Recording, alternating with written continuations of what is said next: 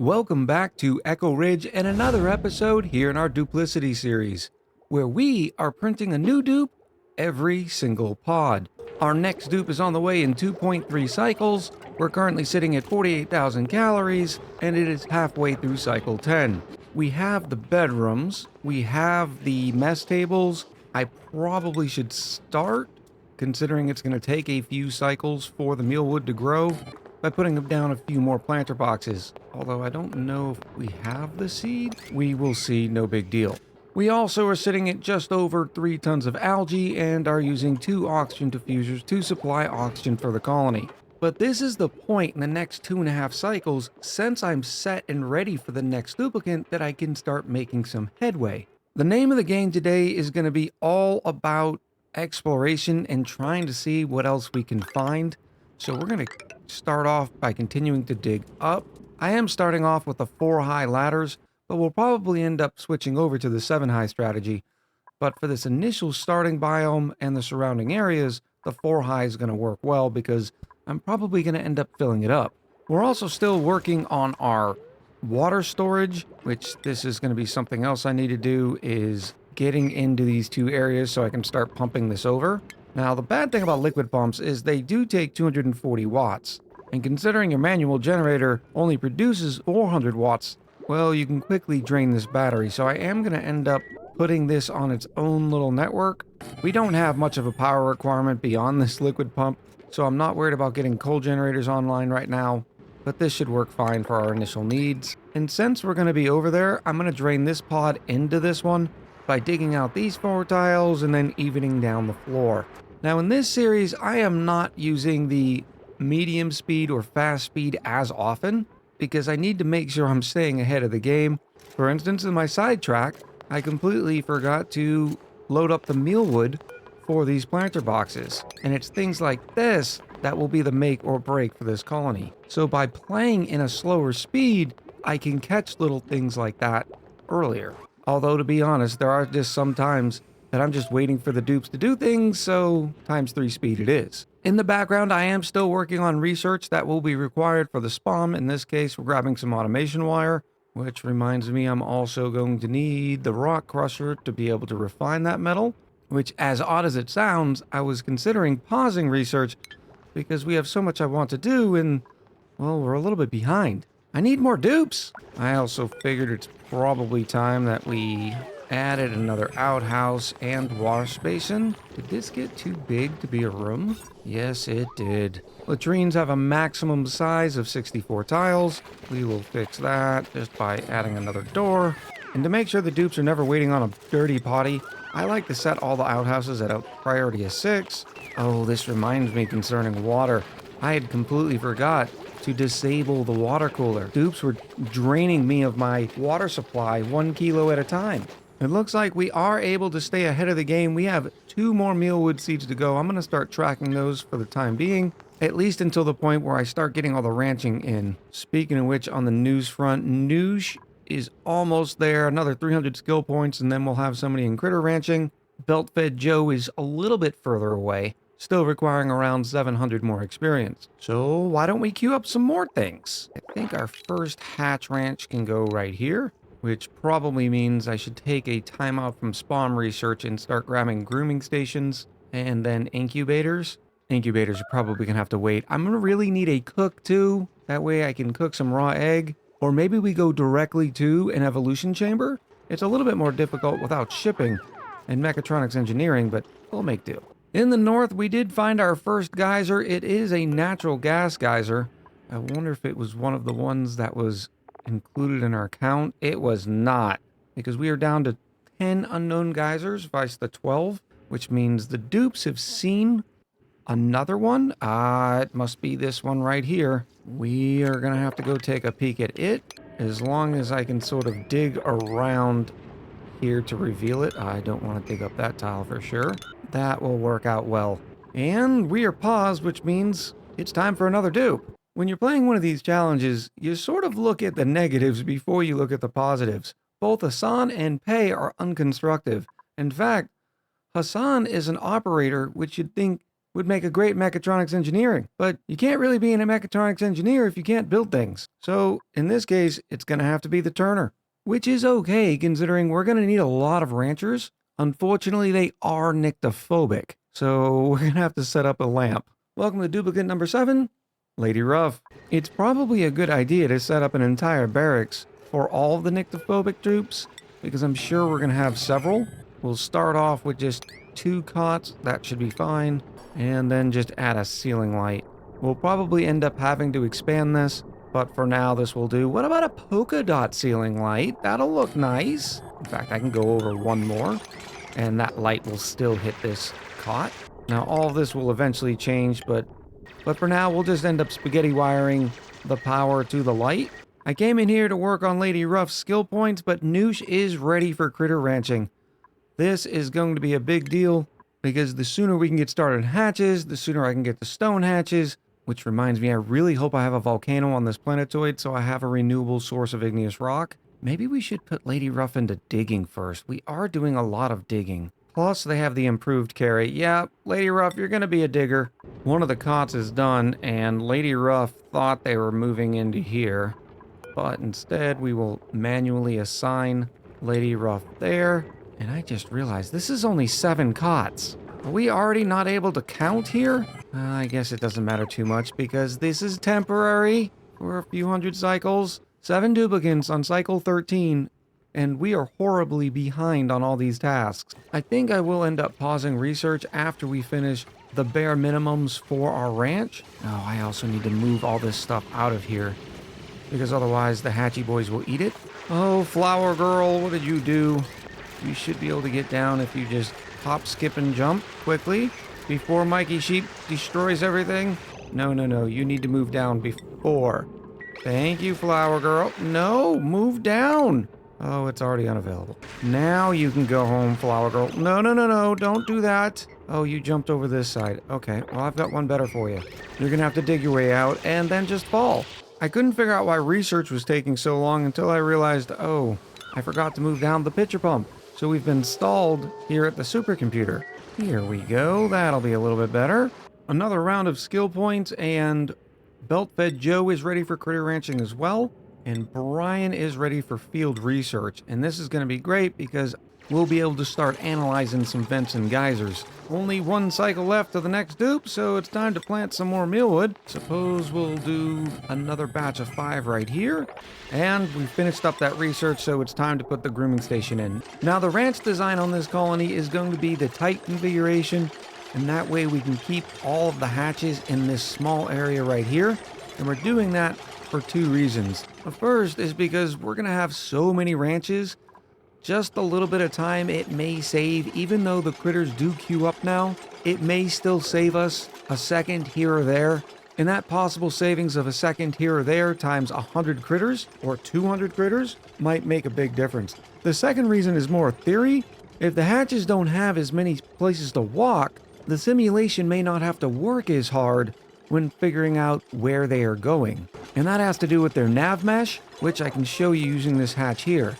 When I hit show navigation on this hatch, notice it's saying it could move anywhere along this line. Well, there was an algorithm that did the math to figure out where they could go. For instance, if I use Brian M here and go show navigation, this is once again another algorithm. As an aside, for all of you programming and game dev nerds, what kind of pathfinding algorithm do you think Clay chose to use in ONI? Another advantage of this method is I could still use all of this, which I'll probably start planting the mealwoods over there.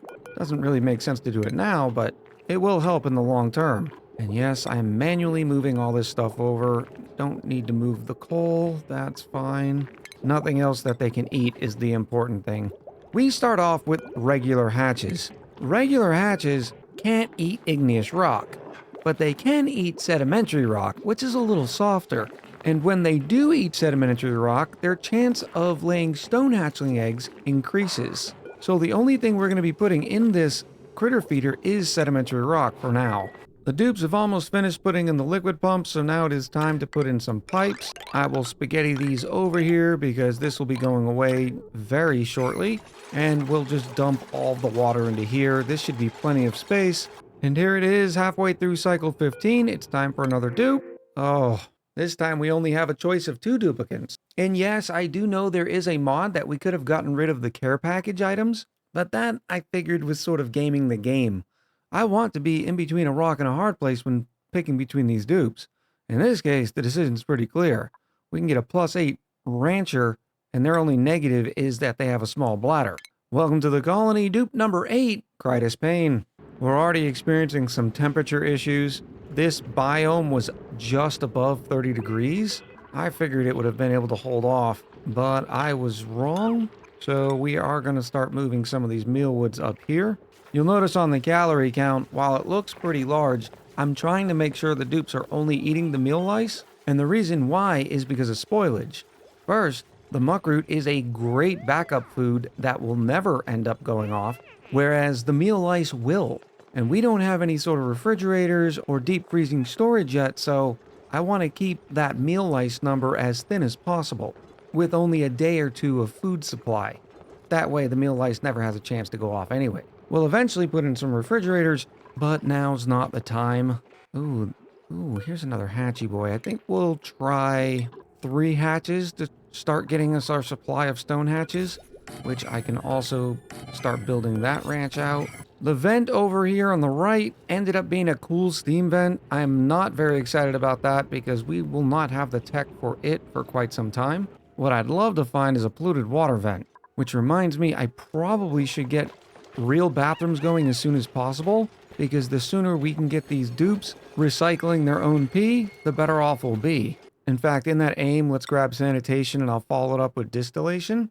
We had already finished research on the rock crusher, which is great. I'm going to put it down here. In fact, I'm going to put it a little bit further away because of the heat, and just tie it in with this little network here, because I do have a requirement for some refined metal. That way I can start putting in some incubators here for our hatch ranches. And I need a nice little sweep storage. So for now, I think we're just going to grab a bunch of storage bins. This is once again temporary until I get smart storage. Oh, wait a minute. Instead of spending the time building storage bins, why don't we spend the time doing the research? And then I can put in the automatic dispensers, and then we can just set up our storage drop-off somewhere. I can't believe they still haven't finished this liquid pump. We need more dupes. I'm also getting ready to drop this water. We're going to use the old make a mess strategy. Just going to remove this tile here, which will allow all this water to drain freely. Come all the way down here. It won't be able to go to the right because of these 2 blocks, and we'll just fall into our tank. I'm sure we'll make a mess. No big deal. I'd also like to find out where the bottom of this giant slime biome is, so I can start dropping all this polluted water. It'd be great to start sieving that, or maybe even setting up a metal refinery.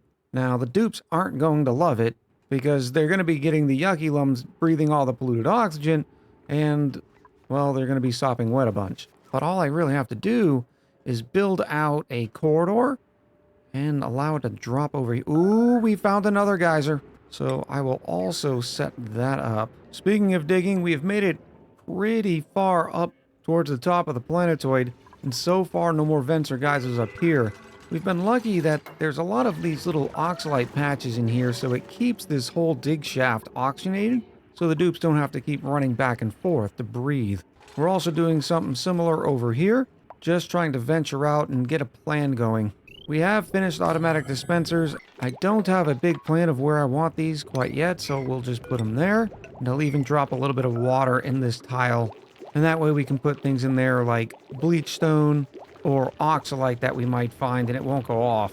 The pump is finished, so we're starting to drain all the water from down here. So it sort of makes sense, like we're doing all the water collection right now. More news from the top. It looks like we found the space biome, or at least the biome right before it that's super cold. Oh no, how have we made a mess? What did you do, Brian? Oh, it's sand. Which reminds me, I need a polluted water drop-off, so this doesn't seem like too bad of an idea. And we're paused again, which means it's time for another dupe. I swear I have at least 20 minutes of video right now. We're only on duplicate number 3. But look at this, we have finally found a cook. Now, Ruby here is not the best dupe ever, because they have the noodle arms, which is going to really hurt their carrying capacity, but they do start with a plus 12 to cooking. Welcome to the colony, duplicate number 9, and our first cook, Carol.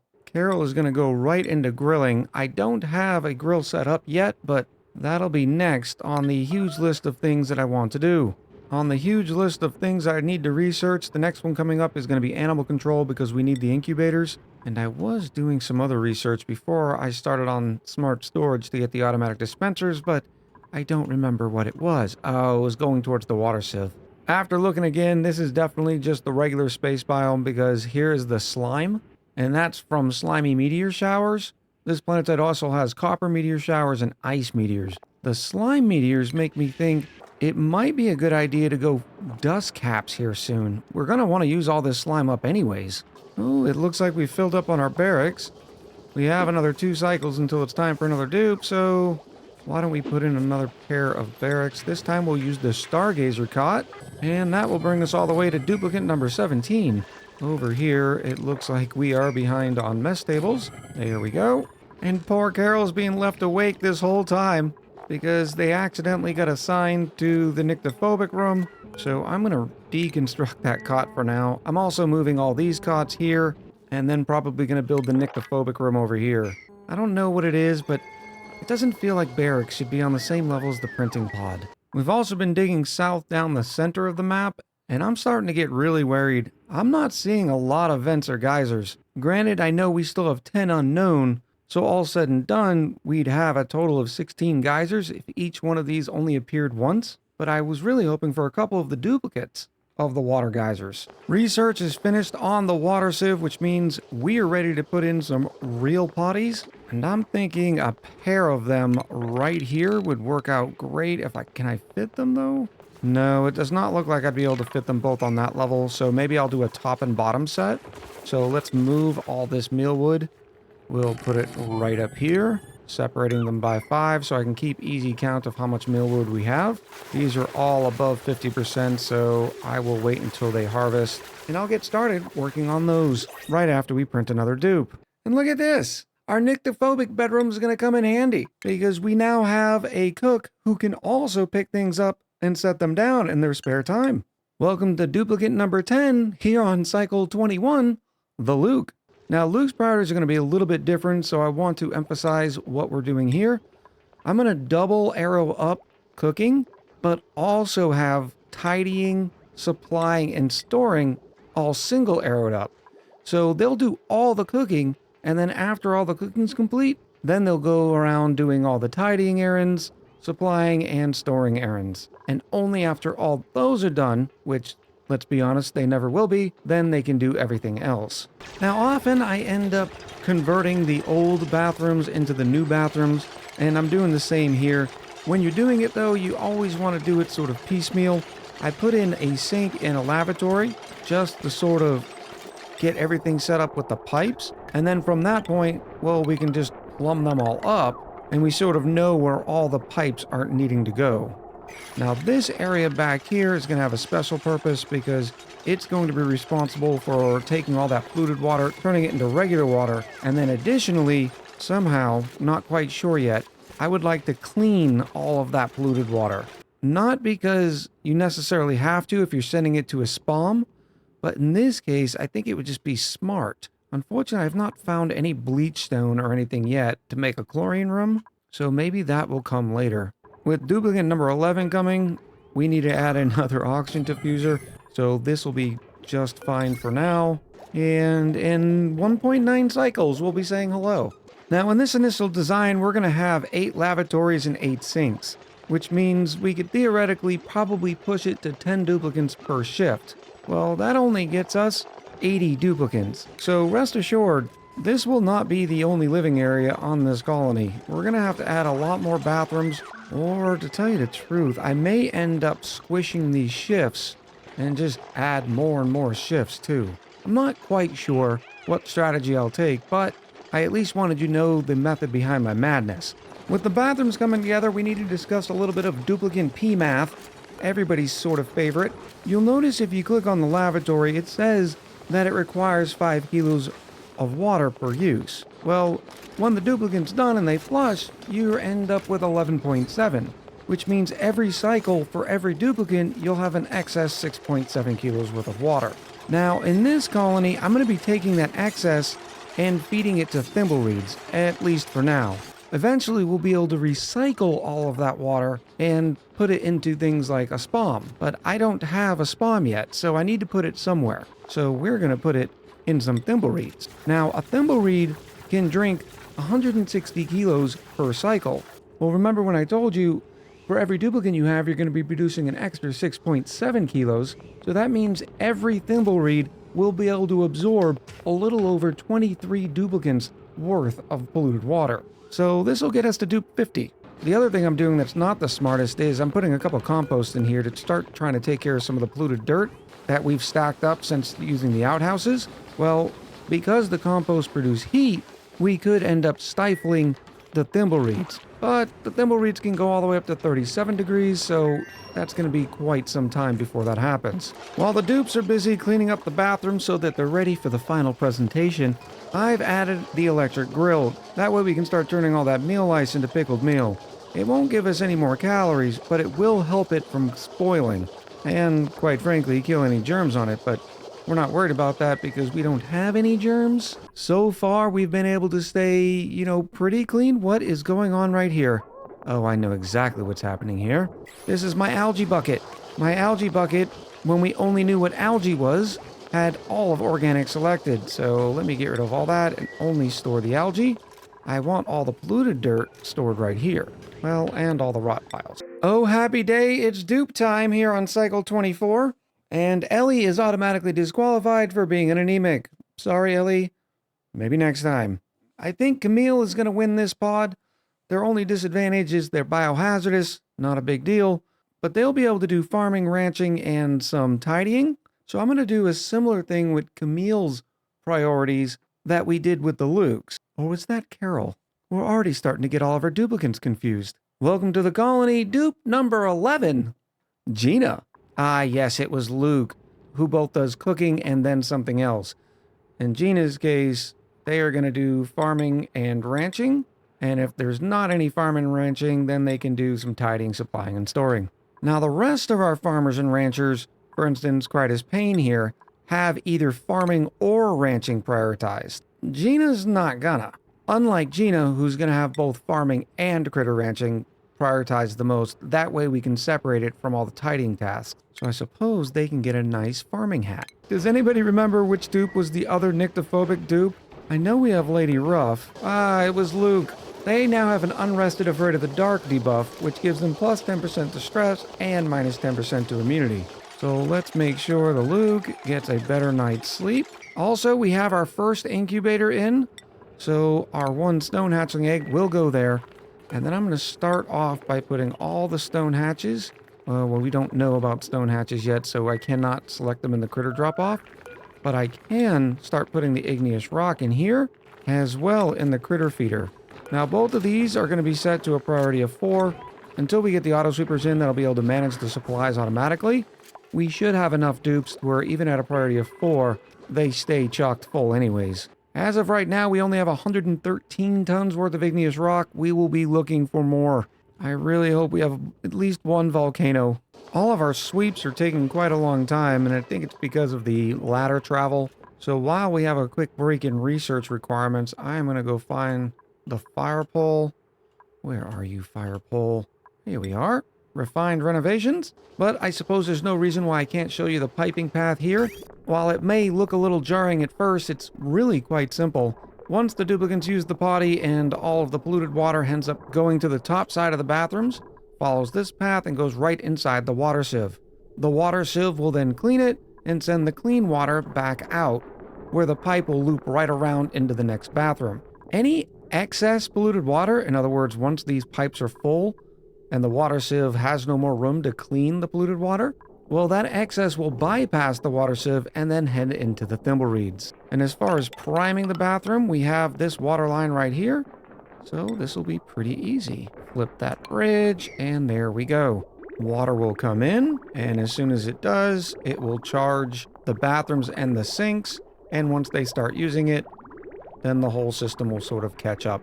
You don't even need much water. In fact, I could deconstruct this now. Because the system produces more than it requires, the whole line will be chocked filled with the clean water. Well, somewhat clean. It's refined pea water. I remembered something that came from the comments that I wanted to touch on while we were looking at barracks, and that is using the ladder bed. The ladder bed means I could stack twice as many duplicates in here in the same space and it'd still be a barracks. And that would work. The only difficulty is, well, dupes can wake each other up if, for instance, they're sleeping on the top bunk and someone's already sleeping on the bottom bunk. So that becomes a little bit of a logistical nightmare, making sure the duplicates aren't interfering on their shifts. But all in all, it's not a bad idea to use ladder beds. The other disadvantage is, well, they require refined metal. Hopefully this planetoid has a metal volcano, fingers crossed, and refined metals will never be an issue, and then in which case we may end up using the ladder beds. But considering they only save about half as much space, it's not a very big deal either way. Naz is the first duplicate we have that's getting into super duper hard digging, and Mikey Sheep is going to go into applied sciences. Now, I'm not loving that morale, but Mikey Sheep will be fine. The reason why you want to go to applied sciences first is because it'll give you another +2 science. You may just be in the habit of going from field research to astronomy, but astronomy doesn't actually give your duplicate the extra science. So unless you need to use the telescope or the mission control station, it's probably best to go top row and then the second row. Cycle 27, time for another dupe. I'd really like to grab some of that delicious grub fruit preserve, but no. Look at the big guns on Ren. Yeah, they're a decorator rancher, but more importantly, they start with Mechatronics engineering, and their only negative is they have a small bladder. Looks like we just got the colony's first Mechatronics engineer. Welcome to the colony, duplicate number 12, Doritos P. Now, Doritos P is going to be an odd dupe. They're going to prefer doing building and then operating, because they are going to be our Mechatronics engineer. Poor Doritos P would rather be gritter ranching or doing some art. Instead, they're going to spend their life doing Mechatronics engineering. Here's your wonderful hat. Just pretend it's a flower and not a gear. In fact, with their first skill point, I'm going to put them into improved carry. And oh, lucky day, we have found our first polluted water vent. Granted, it produces food-poisoned water, but quite frankly, we don't care. So I am just going to go ahead and open this whole thing up, because what's even better about it is it only produces it at 30 degrees, which means we actually have our first renewable cooling source too. So we'll be able to put in a metal refinery and stuff like that and not have to worry too much about this whole pond end up overheating. I also want to uncork it as early as possible because the longer it's erupting, well, the more water we get. So you don't want to sit there and wait 40, 50 cycles before you get in there and uncork it.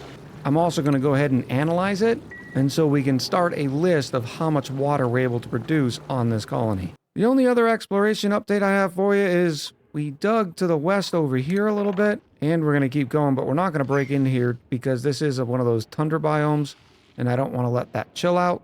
This might be where our first spawn goes, but so far, nothing really miraculous. We did find a hot tub POI, don't think that's going to be a priority. We also found some Drecos, so there's our source of plastic and more food for the colony. I am waiting for this cool steam vent to go dormant so I can analyze that. But that's going to be about it for this episode. We only managed to get, 6 duplicates in? So I don't think I'm going to be able to hit that mark of 10 duplicates per video. But we did get a lot accomplished today, to include some wonderful bathrooms, our new electric grill setup, a lot more exploration, and even started some hatches. So there's 12 duplicates and 28 cycles down, with many more to go. I'm looking forward to sharing more of this series with you. So until next time, much love, happy gaming. I'll talk to you soon.